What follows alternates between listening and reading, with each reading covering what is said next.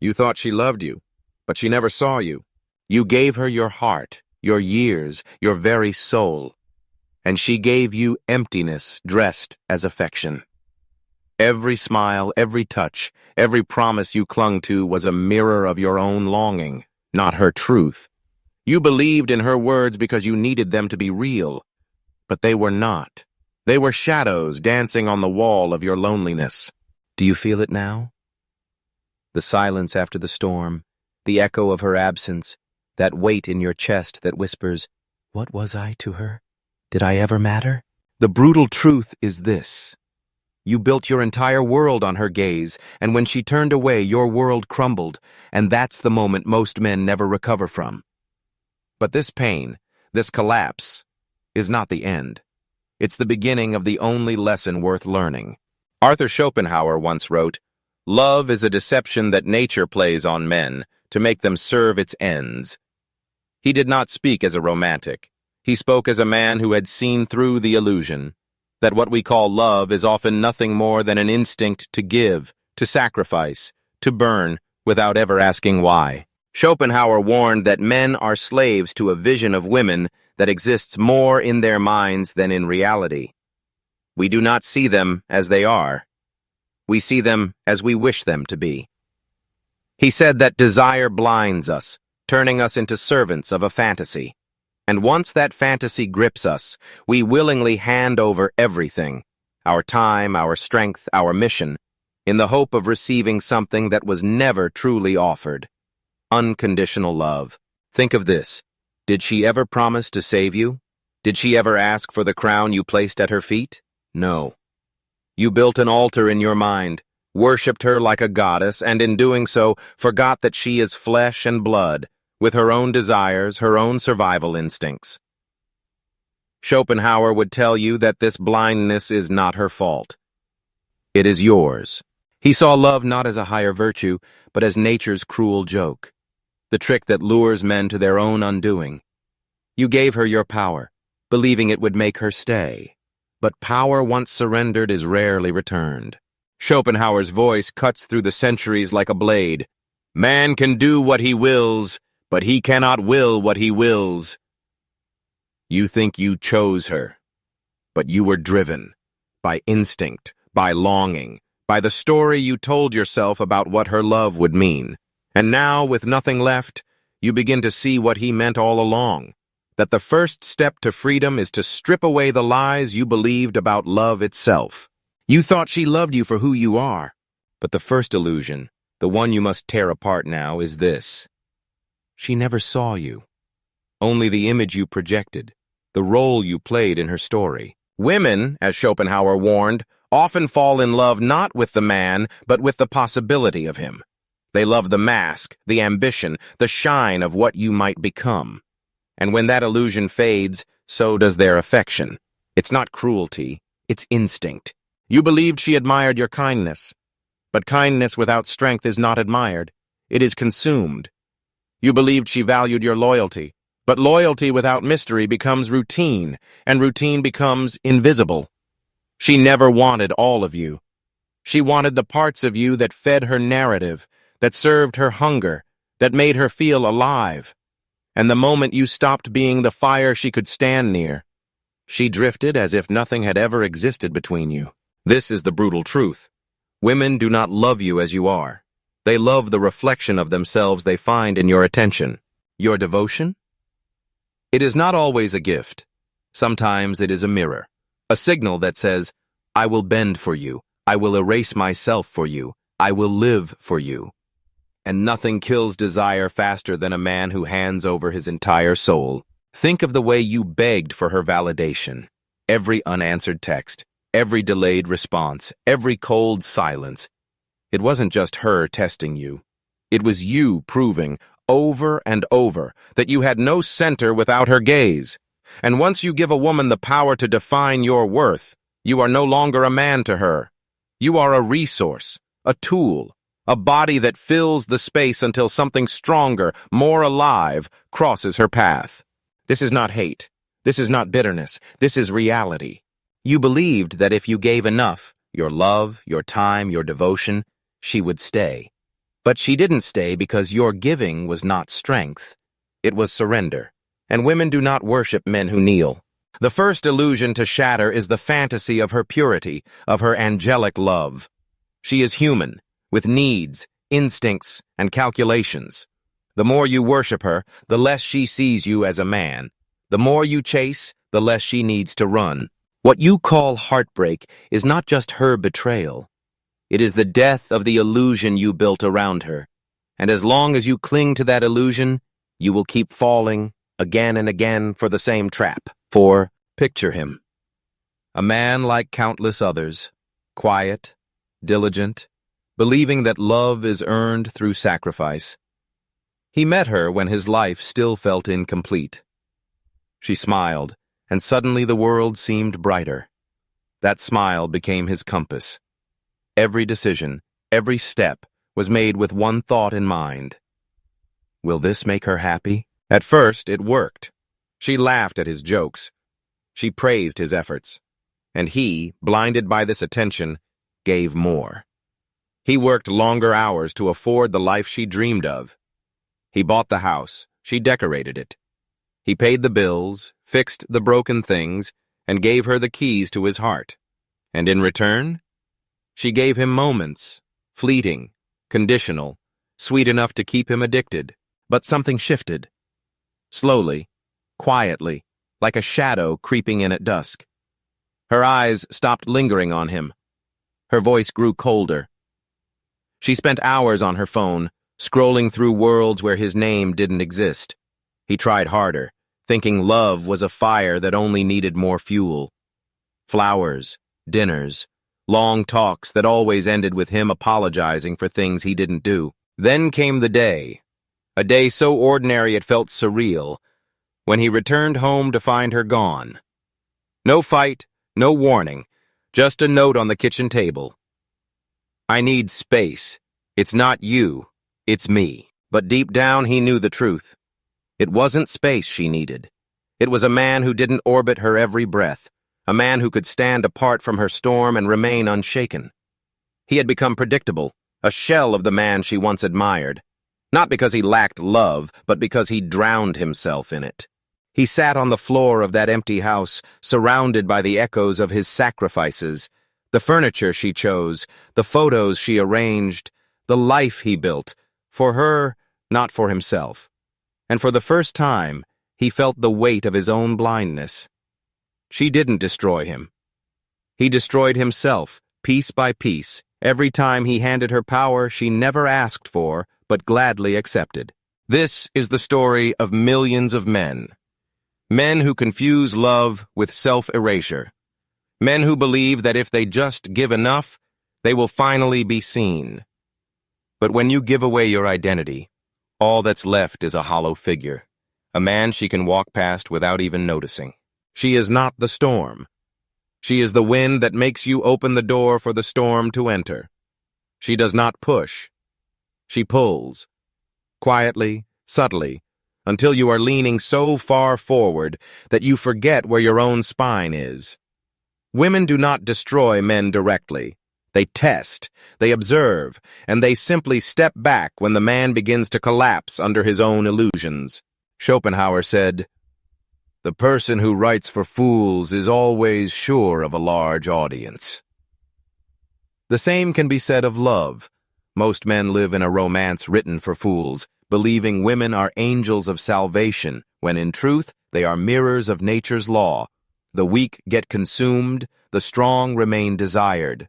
Picture the feminine not as a foe, but as a wild, untamed force, like fire. Fire is beautiful. It warms, it dances, it seduces. But fire does not care about your feelings. It does not dim itself out of pity. It consumes whatever cannot withstand its heat. In the same way, a woman's nature responds instinctively to the gravity of a man who knows who he is, and rejects, almost unconsciously, the man who kneels before her just to be chosen. She does not ask, "Can I control him?" She tests. She delays, disagrees softly, withholds affection, not out of cruelty, but to see if your core will hold. Every moment is a silent referendum on your strength. Do you stand firm when she challenges you? Or do you fold, eager to keep her smile? Most men fold. They confuse appeasement with love. But appeasement is not love. It is slow death. The man who bends too often becomes invisible. Understand this. A woman's respect does not grow in the soil of your sacrifices. It grows in the shadow of your sovereignty.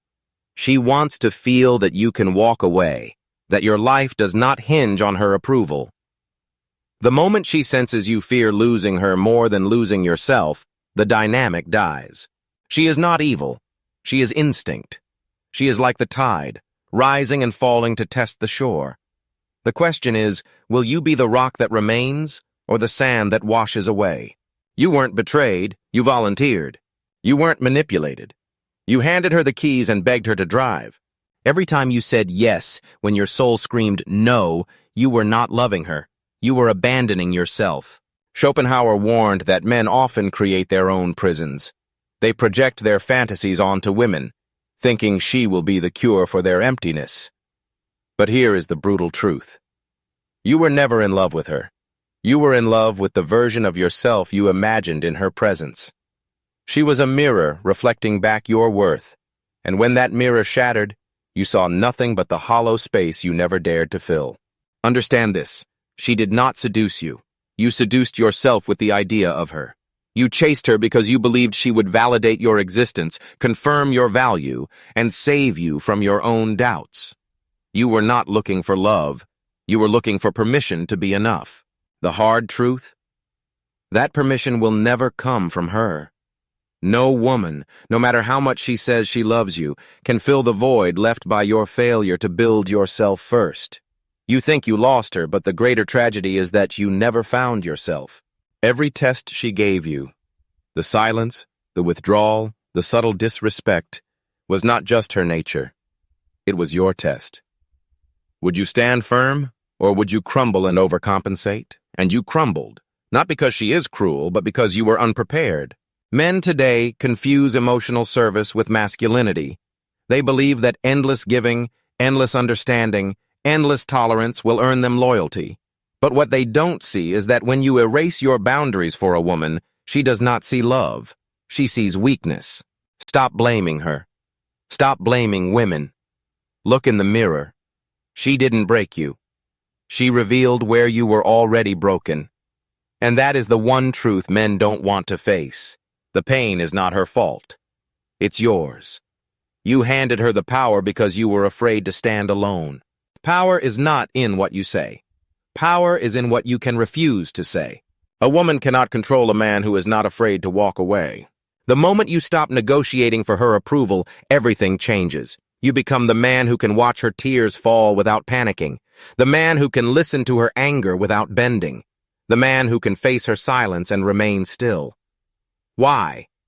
Because your worth is no longer on trial. Schopenhauer would tell you that the strongest man is not the one who wins a woman's love, but the one who does not lose himself in the pursuit. The ability to walk away is not arrogance. It is sovereignty. It says, I choose you, but I do not need you. And that, paradoxically, is the only kind of man a woman cannot replace. Walking away is not always literal. It is the energy of detachment, the ability to stand your ground without begging, explaining, or proving.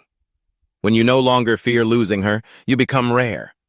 Because most men live in fear. Fear of rejection, fear of being alone, fear of not being enough. But fear makes you weak. It makes you predictable. Consider this. How many times did you stay when you should have left? How many times did you bend to keep her comfortable while betraying your own standards? Every time you did, you taught her that you can be owned. A man who cannot walk away is like a king who cannot defend his throne. He might sit on it for a while, but his crown is already slipping. The power of walking away is not about making her chase you. It's about proving to yourself that your value is not up for negotiation. You are not here to audition for her love. You are here to live your mission. If she aligns with it, good. If she doesn't, you move on. Do not fear being alone. Fear being a man who clings to someone just to avoid his own reflection. Because once you master the art of detachment, something strange happens. You no longer fear rejection. And the moment you stop fearing rejection, you become unshakable. A man's life does not begin when he is loved. It begins when he is willing to stand alone. This is the mountain every man must climb. The mountain of self-mastery, where no applause waits at the summit, no warm hands cheer you on, only silence and the cold wind of your own doubts. Schopenhauer warned that happiness cannot be found in the hands of another. It can only be built within the fortress of your own mind. To depend on her attention, her affection, or her validation is to remain chained at the base of the mountain, forever waiting for permission to rise. But a man's mission was never meant to be approval. It was meant to be ascension. Look at history. The men who carved their names into time were not those who spent their lives begging to be understood. They were the ones who accepted solitude as the price of greatness. Napoleon, Nietzsche, Dostoevsky, they all understood this brutal truth. A man who seeks warmth over purpose will burn his destiny to keep someone else comfortable. The solo path is not loneliness. It is liberation. When you stop orbiting her emotions, you start building your own universe. Your mornings become disciplined. Your words become fewer but heavier. Your mind sharpens. You stop explaining yourself to people who don't care to understand, because the mountain does not explain why it stands tall. It simply stands. You must choose. Do you want to be the man who spends his life chasing love, or the man who commands respect through his presence and purpose? The former will always be replaceable. The latter becomes a force. Understand this. You were not made to orbit her. You were made to rise. Every hour spent begging for her attention is an hour stolen from the empire you could be building, from the strength you could be forging, from the name you could be inscribing into history. Your mission will cost you comfort. It will demand silence. It will strip away the illusions that once gave you a false sense of worth. But when you stand on that mountain, unshaken, unbent, and fully yourself, you will see something no one else can see. That you never needed her permission to be whole. You didn't lose her. You lost the part of you that only existed through her eyes. And that is not a tragedy. That is liberation. A man destroyed by one-sided love isn't truly destroyed. He is revealed. The collapse you feel is the death of illusions. The pain you carry is the weight of a false self being torn away. What remains, if you are brave enough to endure it, is the raw, unshakable truth of who you really are without her. Schopenhauer would say that freedom begins when you stop worshiping what was never yours to own. She was never the source of your worth. She was the mirror that showed you how little you believed in it. Now the mirror is gone, and it's time to build your reflection from within. Stop begging. Stop chasing. Stop apologizing for being a man with boundaries, silence, and purpose. Walk away, not to prove something to her, but to prove something to yourself, that you are enough, with or without her. If these words cut deep, let them. Pain is the scalpel that carves a new spine. Now rise, take this truth and build. Like, share, and subscribe for more brutal awakenings. And remember, your mission comes first. Always.